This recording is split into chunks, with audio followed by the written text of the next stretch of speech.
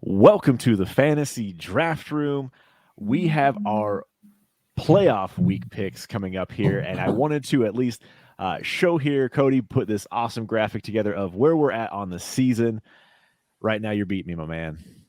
I had a good week last week, man. 10-6 to flip your 6-10. Came back from a deficit from last week when you put up that nice 11-4 week on me.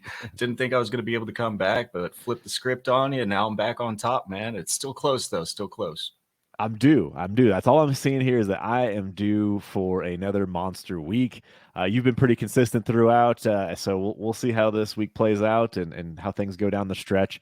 Want to roll right in and just start picking? Let's go for it, man. All right. First game we got coming out here is the New York Football Giants at the Minnesota Vikings. Right now, the Minnesota Vikings are a 3-point home favorite. Who do you got in this one? On this one, man, Minnesota has been a little bit shaky down the stretch. You know, they had that blow-up game against Green Bay where they just couldn't do anything. The Giants got a rest in week 17 or week 18 for them in the season. I think this one actually stays close. I'm going to take the New York Giants +3 here, keeping it close. Probably a Minnesota win, though. So I actually had the New York Football Giants as well, +3, but I had them winning outright. This is a game I feel like the Giants are primed to upset the Minnesota Vikings. The week off does help, but yeah, I'm going to take the plus points in this scenario and see what Dable can do with that offense. The Minnesota defense has been terrible. I think it'll be a fun game. I think it will be close, but I'm going to take the Football Giants. So let's keep things rolling, baby. We got a back-to-back of the Bengals and the Ravens. 10 points for the Ravens. I'll pick this one first here. I have a hard time saying it's going to be 10 points, but it's going to be the Bengals. I'll give up the 10 points. This whole situation in Baltimore is just awful. Give me that. Give me that Bengals. Yeah, man, they beat them 27-16 last week, which is probably right in line with the 10-point spread this week. Probably comes pretty close to that again. But I'm going to say that Joe Burrow and the Bengals kick it into high gear this week. They looked a little bit rough at times in the game last week against the Ravens. It's playoff time now. Everything matters. Give me the Bengals minus the 10 points against Tyler Huntley and the Ravens. Love it, man. All right. We're the same on two. You know, I might have to pick some different things here. So hopefully here is where we are going to change. Dallas Cowboys, Tampa Bay Buccaneers, +2.5. I'm taking the Tom Brady's, man. I'm taking Tampa Bay +2.5 at home. Nope. Overreaction from last week's poor performance that Dallas put out where they did play rough last week against the Commanders down the stretch to close out the season. Tampa Bay has looked good, a little bit of a Tom Brady, Mike Evans reconnection down the end of the year as well. But no, I think Dallas figures it out. They turn around. They're not going to go far in the playoffs. They never do, but I think they do pull this one out by more than 2.5 points. Give me the Dallas Cowboys -2.5. All right. Got to make up the ground some way, somehow. All right, next game on the slate, Seattle Seahawks at the San Francisco 49ers. 49ers by 9.5 here. Conference, or I guess divisional foes. Who you got in this? This one, I'm not going to stop with rocking with Brock. Brock Purdy, 9.5. He's going to come into Seattle. This team has been kind of falling apart a little bit as well down the stretch. They snuck into the playoffs because Green Bay sucked in their last game and couldn't figure it out how to pull that one out for them. Seattle sneaks into the playoffs, and that's all that they're able to do this year. They get first-round bounce. San Francisco minus the 9.5. Rocking with Brock. I'm right there with you. The 49ers have just been they're so good on both sides of the ball. I really feel like the 49ers are a team that's going to run deep into the playoffs. I feel real good about that pick, and giving up 9.5. I do think this will be a double-digit game for the 49ers, and yeah, easy one, easy win. Not a lot of entertaining football. No, not so far. Seattle, and we've got two quarterbacks who aren't even starters going in. Brock Purdy, I don't care what you say. I know he's third string technically, but at least he looks halfway competent. We've got Teddy Bridgewater games. We've got Tyler Huntley games. Like, super wild card weekend is probably going to be a little bit of a slaughter. It's kind of crazy. We have some, with this slate, and we have three games that are almost double digits, or 4 games that are going to be double digits, because we have the Ravens and Bengals, Seahawks and Niners. We'll get to one coming up here. And then what was the other one? I'm going to switch back here real quick.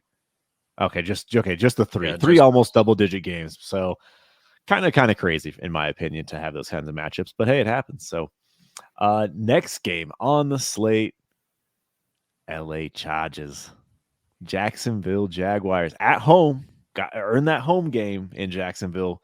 Jacksonville's giving up 2.5. I want you to go first on this one here. Yep, I'll pick them first down the stretch. You've been picking them first the entirety of this time. I'm going to Perfect. go with Jacksonville plus the 2.5. I think this is one where I'm going to call them to win outright. Los Angeles Chargers, Brandon Staley's going to do something stupid, lose him the game, and he's going to get canned. And then we have Justin Herbert rolling into next season with a new offensive scheme, a new head coach, and it's going to be better for the Chargers in the long run. Give me Jacksonville plus 2.5, and I'd take him outright as well. I was really hoping you were going to choose the Chargers because I wanted the Jags as well. The Jags are hot at the right time. The LA Chargers run defense is awful. And I feel like ETN's going to dice them up. They'll get the play action pass going. I think everything's going to click for Jacksonville at home, winning outright, but you're going to give me 2.5 points, even better. I'm going to take Jags and the 2.5 as well. And Duval moves on in the playoffs here. Want to finish things up for us here? Yeah, last game, man. Miami, Buffalo, Teddy Bridgewater against Josh Allen. Pretty unfair matchup. The only thing we're betting here is the spread, right? Like the chances of them actually winning this game outright at a minus 650 favorite, I would put it even higher than that. Give me like minus 900 if I was actually a bookmaker. I'm not letting you bet this one if I was the books, but they do give us to it as minus 650, 13.5 point spread. I could easily see this one getting to 14.5 by the time they play on Monday night. Good God. Spreads like this are just almost impossible to bet because you're probably going to get a backdoor. You have just the distinct possibility of a backdoor cover whenever Buffalo is up by 21 in the fourth and then they pull their starters because they know they're winning. Sure. Give me a backdoor cover Miami plus the 13.5. Perfect. Love that you did that. Gives me an opportunity to make up ground here. I'm taking the Buffalo Bills by 40. No, it's going to be a blowout. Buffalo Bills at home. Dolphins defense is Swiss cheese. The Bills are just going to absolutely demolish the Miami Dolphins. It won't even be close, in my opinion.